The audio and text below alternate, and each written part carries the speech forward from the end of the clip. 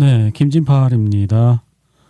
여기 보시면은 이렇게 생긴 특색 있는 뭔가가 있어요. 이게 가로등 같아 보이기도 하고 이제 이쪽에 있죠. 그다음에 그 건너편에 이렇게 기역자로 꺾어진 건물과 그 위에 동그란 게 보이고 있습니다. 여기죠.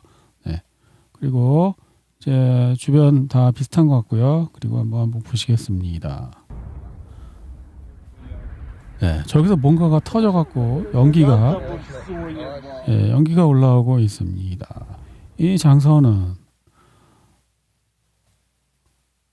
이 장소인데요. 여기서 찍었는데 여기 이쯤에 폭탄이 떨어지는 것입니다. 여기는 남북을 맞추면 우크라이나의 키예프 근처에 있는 이 도시 이름은 설명 글을 읽어보면 2026년 5월 5일 체르니우 중부 우크라이나 행정 및 경제시설 파괴, 러시아군이 체르니우 검찰청에 저격용 고폭탄을 발사했습니다. 경계선에서 80km 떨어진 지점입니다. 이렇게 소개하고 있습니다. 네, 오늘 또 새로운 뉴스가 나왔는데요. 갑자기 테헤란에서 또 방공망에 뭔가 대공포가 터지는 소리 같은 게 막 나고 불이 번쩍번쩍 하고 있습니다. 방공망이 테헤란 공격을 격퇴했습니다. 팍스뉴스에 따르면 미국은 이란의 캐슘과 반다르 아바스 항구를 공격했습니다. 미국 고위 관리는 미국의 항구 공격이 전쟁 재개를 의미하는 것은 아니다라고 말했습니다. 앞서 트럼프 대통령의 회담 후 브라질 대통령은 미국이 이란과의 갈등이 끝났다고 간주한다고 밝혔습니다. 방공 시스템 또한 테헤란에 대한 공격을 격퇴합니다. 이게 뭔가요? 전쟁이 끝난 것도 아니고 안 끝난 것도 아니고 휴전도 아니고 안 휴전도 아니고 뭐 그런 대충 그런 건가요? 이란 이제 저 발표도 한번 들어보겠습니다. 공격적이고 테러리스트적인 그리고 약탈적인 미군은 이란 해안의 자스크 지역에서 호르무즈 해협으로 향하던 이란 유조선과 아랍에미리트 푸자이라 항구 맞은편 호르무즈 해협으로 진입하던 또 다른 선박을 공격함으로써 미군이 먼저 공격했다는 것입니다. 타스님 뉴스 지난 48시간 동안 실제로 무슨 일이 일어났을까요? 트럼프가 푸자이라를 불태우고 벌어졌습니다. 이거를 너무 길다. 너무 길고 너무 장황하고 길어요. 다시 설명하겠습니다. 첫 번째 이런 일이 있었습니다. 여기서 미국이 여기 호위하겠다 그러고 깔짝대면서 여기 있는 배들한테 야 나와 내가 무슨 일 있으면 도와주러 갈게 라고 했습니다. 그래서 몇 대의 배가 이렇게 시키는 대로 이렇게 나오다가 처맞고 되돌아갔습니다. 그 상황에서 야 너 도와준다고 했잖아 미군 왜 안 도와줘 그래갖고 미군이 도와주러 들어가다가 여기 이란 미사일 처맞고 또 도망갔다는 것입니다. 그리고서 나서는 트럼프가 뭐라고 야 이거 잠깐 중지 호르무즈 항행의 자유 잠깐 중지했어 그랬습니다. 근데 이 기사가 나오는 거 보면 사우디아라비아가 야 너네 하지마 우리 저 비행기 열로 지나가지 마 그랬다는 것입니다. 왜? 야 우리도 저 이란한테 공격받고 싶지 않아 이렇게 얘기했다는 거죠. 그래서 그런 줄 알았는데 또 하루 만에 사우디아라비아 야 지나가도 좋아 그래서 다시 2차전이 시작된 것입니다. 2차전을 어떻게 시작했냐면 이란에 이쪽으로 들어가는 이쪽으로 바짝 붙어가 들어가는 배를 어디선가 미군 배가 잡았다는 것입니다. 잡기 위해서 공격을 했겠죠. 그러니까 어떻게 이란이 또 반격을 했다는 것입니다. 그래갖고 또 미국이 또 이쪽에다가 막 공격을 했다는 것입니다. 이 점 찍어놓은 데가 여기예요. 그러니까 뭐예요? 처음 시작했는데 실패했어. 한국 배도 막 맞아갖고 뭐 여기서 뭐 꽝소리 났다고 불 났다고 하고 막 그랬어. 그래갖고 근데 멈췄어요. 왜 멈췄는지 몰라. 근데 알고 보니까 사우디가 야 하지마. 우리 비행기 니네 미국 비행기 우리 영공으로 지나가지 마. 그래서 이제 하루 멈췄어. 24시간 동안 뭐 협박을 했던지 설득을 했겠죠. 그래갖고 사우디아라비아가 다시 마음을 바꿨어. 그래갖고 이제 2차전이 또 시작된 거예요. 또 이쪽에서 아마 비행기가 왔겠죠. 비행기가 왔고 여기다 폭격을 했다. 그런 이야기입니다. 그래서 이 동네 일대를 공격한 거예요. 미군하고 아랍에미리트하고. 이 일이 있기 직전에 트럼프 대통령이 이런 얘기를 했는데 또 폭격이 시작될 것이라고 제가 말씀드렸죠. 어저께 공매도를 해서 한번 먹었죠. 여기서 공매도 쳐서 그런 다음에 어떻게 해요? 예, 현금화했겠죠. 그런 다음에 저점에서 다시 저점 매수하고 다시 어떻게 해요? 올려야 되겠죠. 올리기 위해서 어떻게 해요? 야, 또 폭격한다. 그 말 할 거를 또 했잖아. 지금 이거예요. 그래서 제가 트럼프의 행동을 한번 분석을 해보면 이런 거예요. 여기 보시면 이 지점, 여기가 이번 전쟁 시작되었던 지난달 2월 28일입니다. 그 이후로 이제 이렇게 가격이 이렇게 된 거예요. 제가 생각할 때는 트럼프는 아마 이 정도 110달러 선에서 박스권에서 예? 80달러 요 사이에서 그 유가를 관리하고 싶은 것 같아요. 실물 가격이랑 상관없이 선물 가격, 예? 선물 종이 원유. 그러니까 지금 어떻게 돼요? 여기서 변동성이 많아지면 먹을 것이 많아지겠죠? 예? 이 박스권에서 계속 변동을 해야 돼. 너무 많이 올라가면 안 돼. 150불, 200불. 그러면 정치적으로 타격이 온단 말이에요. 하지만 110불에서 80불, 90불 그 사이에서 올라갔다 내렸다 올라갔다 내렸다 계속하면서 뭐예요? 미리 자기가 타이밍을 알고 있잖아. 자기가 평화 얘기하면 어떻게 해요? 내려가고 전쟁 얘기하면 어떻게 해요? 올라가잖아요. 그러니까 평화 얘기 올라갔을 때는 평화 얘기에서 다운시키고 공매도 치고 그다음에 다운된다면은 여기 저점에서 매수한 다음에 다시 야 전쟁한다 그러면 올라가면 또 다시 또 고점에서 팔고 여기서 공매도 친 다음에 다시 또 평화 이거를 무한 반복하려는 거다. 저는 이렇게 생각하고 있습니다. 그 근거 중에 하나는 자 트럼프 대통령이 직접 올린 각 전쟁 기간입니다. 아프가니스탄 10년 넘었어. 이라크 전쟁도 거의 10년 가까이 한 8, 9년 했나 봐. 이것도 마찬가지야. 그리고 다른 전쟁도 엄청나게 많이 했어. 근데 자기는 6주밖에 안 했다. 그러니까 뭐예요? 나도 한 10년 해야지. 10년 동안 올라갔다 내렸다 계속 이 맞들인 거야. 제가 볼 때는. 그렇게 생각하니까 이거를 화끈하게 끝내면은 왜 안 좋으냐? 계속 이거를 이득을 볼 수가 없잖아요. 전쟁은 길고 지루하게 그냥 하는 것도 아니고 안 하는 것도 아니고 조금씩 에스컬레이팅하면서 이런 식으로 트럼프가 행동을 하면은 사람들이 나중에 양치기 효과로 반응을 안 할 거 아니에요. 반응을 안 하면은 이 자극 강도를 좀 높이는 거지. 요만큼만 얘기해도 올라락내리락 했는데 얘네들이 반응을 안 해. 그럼 조금 더 세게 그러다 최후로는 어떻게 돼요? 이제 핵폭탄도 떨어뜨릴 수 있지. 그게 뭐 언제 3년 후에 2년 후에 모르지. 이건 트럼프가 하기 그냥 자기 마음대로 해요. 그냥 그런 결정은. 블룸버그 칼럼니스트 하비에르 블라스가 X에 대해 논하다. 오늘의 사진 이란의 유정원 폭발은커녕 오히려 계속해서 원유를 생산하고 있습니다. 백악관의 말을 다 믿지 마세요. 코페르니쿠스 EU 센티넬2 위성 사진에 따르면 이란은 오늘 카르그 섬에서 유조선 3척을 동시에 선적했습니다. 5월 6일 오전 7시 16분. 호아킨 카스트로 하원 의원을 비롯한 민주당 하원 의원 30명이 마르코 루비오 국무장관에게 서한을 보냈습니다. 그들의 요구는 무엇이었을까요? 바로 이스라엘에 대한 미국의 핵 모성 정책을 철폐하라는 것이었습니다. 이 핵 모성이 뭔지 한번 찾아보았습니다. 그러니까 이거는 이스라엘이 핵폭탄을 갖고 있다는 거 인정하고 야 너 NPT 가입하고 규제받아라 이렇게 하라는 겁니다. 미국 정부들어.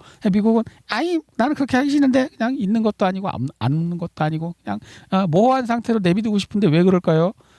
필요할 때 이스라엘이 나쁜 형사 역할을 하라고 그러는 거죠. 미국은 책임 안 지고 지금 그렇게 흘러가고 있는 것처럼 저는 보입니다. 이 사태가. 트럼프는 최대한 이 전쟁을 오래 끌면서 유가 선물 시장을 오르락내리락 자기 새치 혓바닥으로 조작을 하면서 계속 뽑아 먹다가 더 이상 자기의 말에 이제 반응하지 않을 때쯤 가면은 그냥 내비두겠죠. 그러면 어떻게 돼요? 이란이 이스라엘을 계속 공격하겠죠. 그럼 미국은 트럼프는 발을 팍 빼고 그러면 공격당하다가 나 안 되겠어. 나라 망했어. 그러면 뭐예요? 삼선 옵션이다. 그러면서 여기다 핵폭탄 떨어뜨리겠죠. 그러면 미국은 나는 몰라. 내가 한 거 아님. 이스라엘이 한 거임. 이러고 떠밀 수가 있잖아요. 근데 그 모호성을 왜 포기합니까?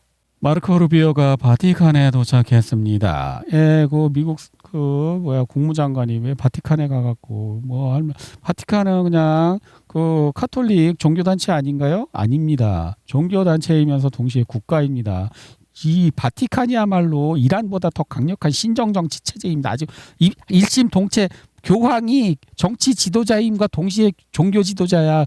그 이란은 조금 약간 느슨하잖아요. 신정 그 지도자 따로 있고 또 그 밑에 또 다른 또 그냥 세속 그런 정부 같은 거 따로 있는 이런 이원 집정부 비스무리한 건데 바티칸은 아니에요. 완전 일심동체 한 몸에 딱 이렇게 결합돼 있어요. 비난을 신정 정치를 비난을 하려면 바티칸을 먼저 비난을 하고 나서 이란을 해야 돼요. 물론 북한도 신정 정치지. 김일성, 유일신 모시는 그러니까 북한이랑 이란만 비난을 하지 말고 더 강력한 신정정치 체제가 여기 있다는 거예요. 제가 말씀은. 네, 여기 이거 미국인 것 같은데 영어로 야 군대 가면 멋지게 죽을 수 있다 뭐 이런 식으로 써 있는 것 같은데 그 옆에 누가 낙서를 해놨습니다. 야 기름을 위해서 죽는 거고 소아성애자들을 위해서 죽는 거야. 아 깨어있는 사람들이 또 있는 것 같습니다. 네. 미국 중앙정보국에 따르면 이란은 미국의 공습 이후 전쟁 전 보유량의 약 70%에 해당하는 탄도미사일을 보유하고 있었다. 분석가들은 이란이 미국의 공습 이후 지하미사일 저장소를 발굴하고 복구했으며 새로운 미사일로 생산했다고 보고 있습니다. 또한 이란은 트럼프 후에 호르무즈 해협 봉쇄로 몇 달 동안 버틸 수 있을 것으로 보인다. 이거는 이란이 얼마나 버티느냐보다는 이스라엘이 얼마나 버틸 수 있느냐가 중요해 보여요. 왜냐하면 체력이 이스라엘이 훨씬 약해 보이거든요. 미국이 여기서 발을 빼고 손을 뗐을 때 이스라엘이 과연 얼마나 버티다가 핵폭탄을 쏘고 삼선 옵션을 들어갈 것인가. 그게 저는 관전 포인트라고 봅니다. 네, ISW 지도를 보시면 수미 지역에 최근 24시간 변화가 보이지 않고 볼찬스크 변화가 보이지 않고 쿠피안스크 변화가 보이지 않고 리만 지역의 변화가 보이지 않고 콘스탄티노프카 변화가 보이지 않고 포크롭스크 지역의 변화가 보이지 않고 네, 그다음에 드네프로페트롭스크 지역과 글리아이폴리아 지역에도 변화가 보이지 않고 자포리자에도 변화가 보이지 않고 헤르손에도 변화가 없습니다. 네, 이거는 콜롬비아 용병이 그 러시아 국경으로 또 돌파를 시도하다가 이제 사살되고 또 포로도 잡히는 그런 영상인데 제가 뭐 틀지는 않을게요. 근데 진짜로 이 러시아로 뭐라고 하니까 러시아군이 답변을 못한 거 뭐 콜롬비아 뭐 이렇게 이야기합니다. 네, 이 영상은 박치기 드론, 러시아의 박치기 드론이 우크라이나 드론을 이제 요격하는 장면인데요. 네. 꽝 터지고 있군요. 예. 박치기를 했는데 저 공격 대상 드론이 아마 폭탄을 가지고 있어서 그게 터진 것 같아요. 우크라이나 드론이 러시아 페르메도 발사되었으며 산업기업인 어디 공장 그죠? 그리고 우크라이나 무인기가 페르메 고층 건물 옥상을 공격했지만 사상자는 발생하지 않았다고 합니다.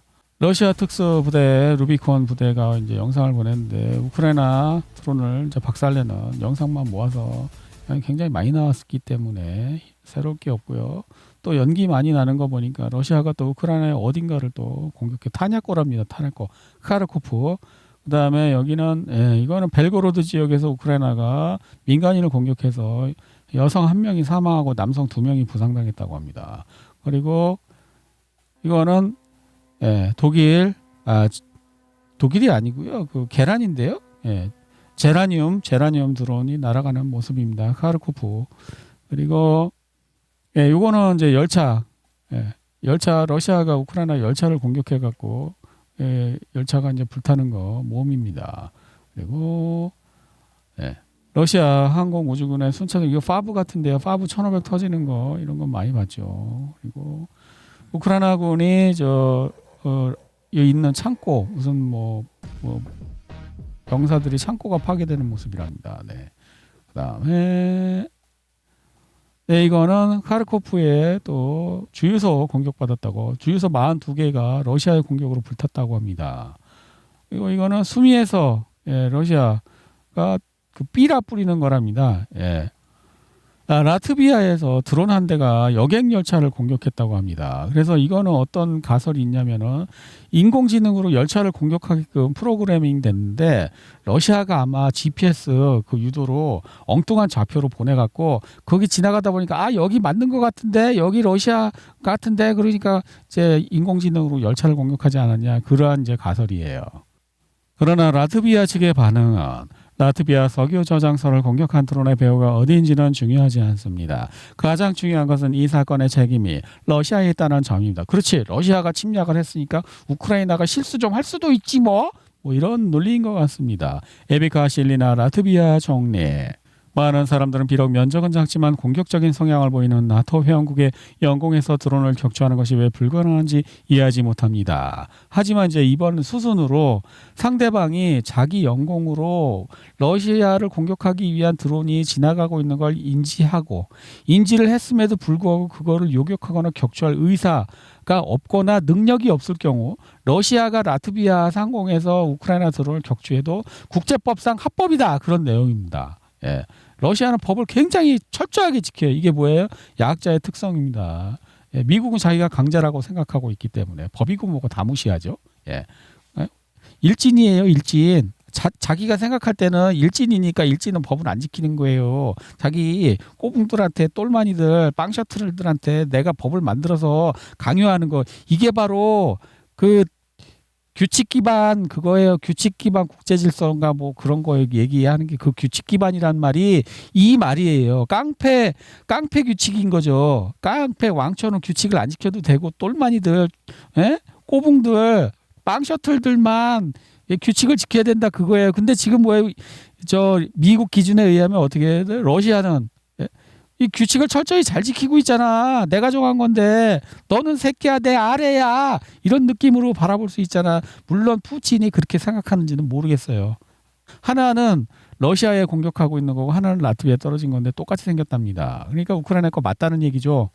전쟁 종식이 점점 더 불투명해지고 있다며 우크라이나는 인구 구조에 점점 더 인질로 잡히고 있다고 잘루지니가 바르시바에서 열린 군사 포럼에서 언급했습니다.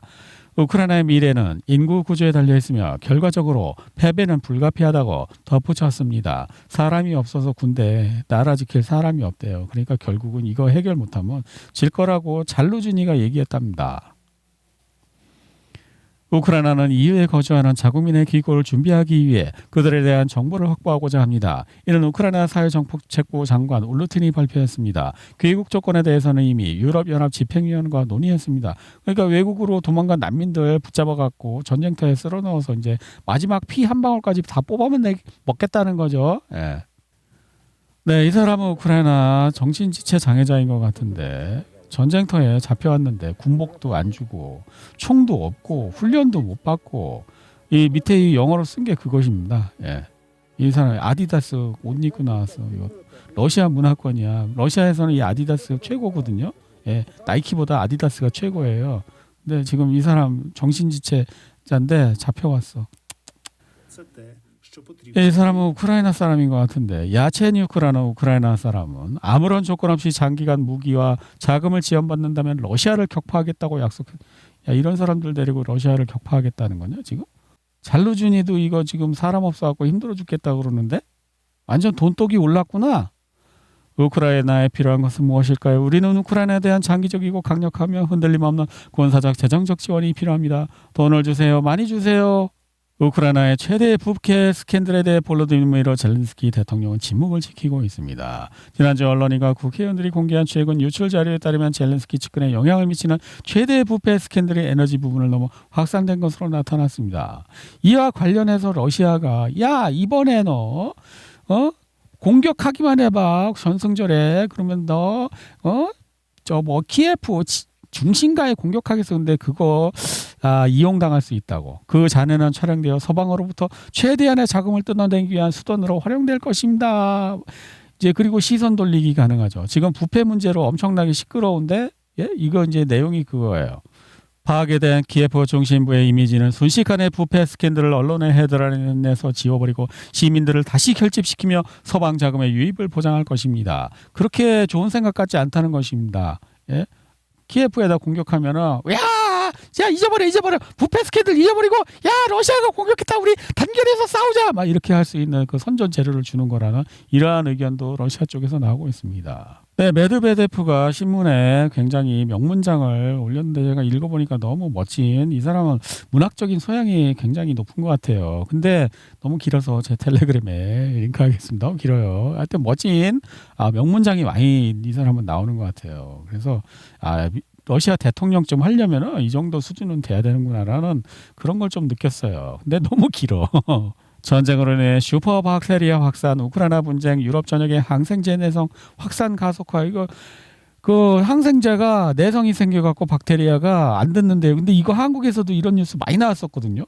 어쩌면 우크라이나 이렇게 한국이랑 빼다 박았냐.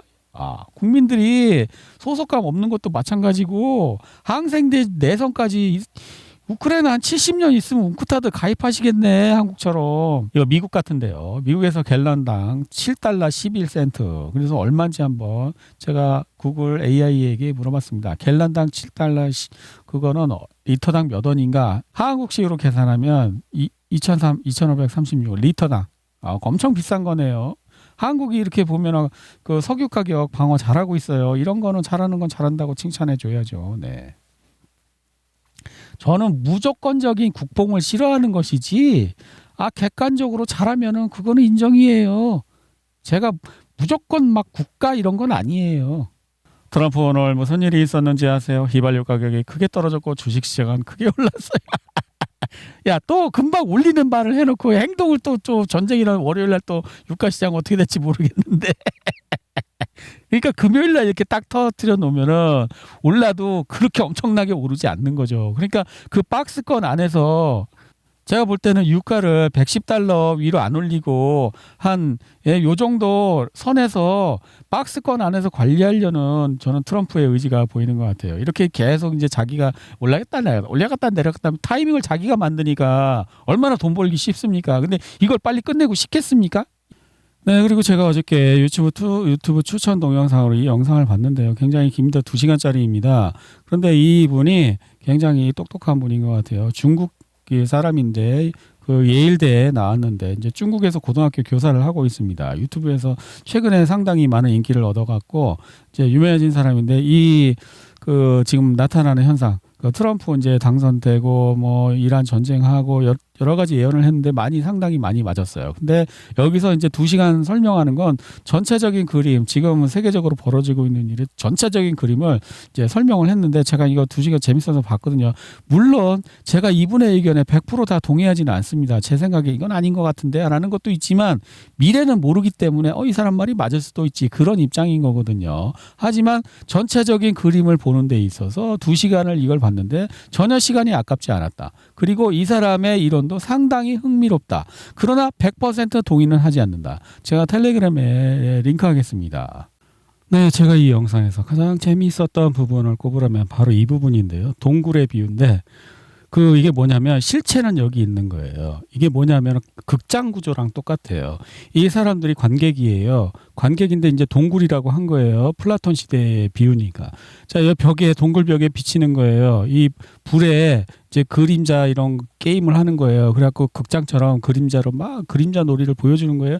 이 사람들은 이 뒤를 돌아볼 수 없어요. 쇠사슬에 묶여있어. 여기만 봐야 돼요. 그러니까 이걸 보고서 해석을 하는 거예요. 이거 뭐 일종의 드라마나 영화 같은 거예요. 보면서 막 해석을 해갖고 실체는 볼 수 없고 실체의 그림자를 보고서 그게 도대체 뭔지를 상상해야 되는 거예요. 그래서 자기 머릿속에서 그 장님 코끼리 만지는 식으로 그거를 구성을 한 거예요. 이게 이런 걸 것이다, 이런 걸 것이다. 그 가설에 의해서 시스템을 만들고 사회 구조를 짜고 법률을 만들고 종교를 만들고 기타 등등 엔터테인먼트 보도 미디어 멀티 다 하여튼 사회 시스템을 만들어서 운영을 했어요. 그런데 어느 날 갑자기 한 사람이 나타나 갖고 야, 그거 다 허상이야. 실제로는 있잖아. 횃불 불 켜놓고 촛불 켜놓고 그림자 놀이하고 있었던 거야. 그거 다 가짜야. 이 얘기를 누군가 했을 때 이 새끼가 죽으려고 그러면서 때려 죽인다고 하는 거예요. 예를 들면 이렇게 생각을 해봅시다. 영화를 보고 있었어요.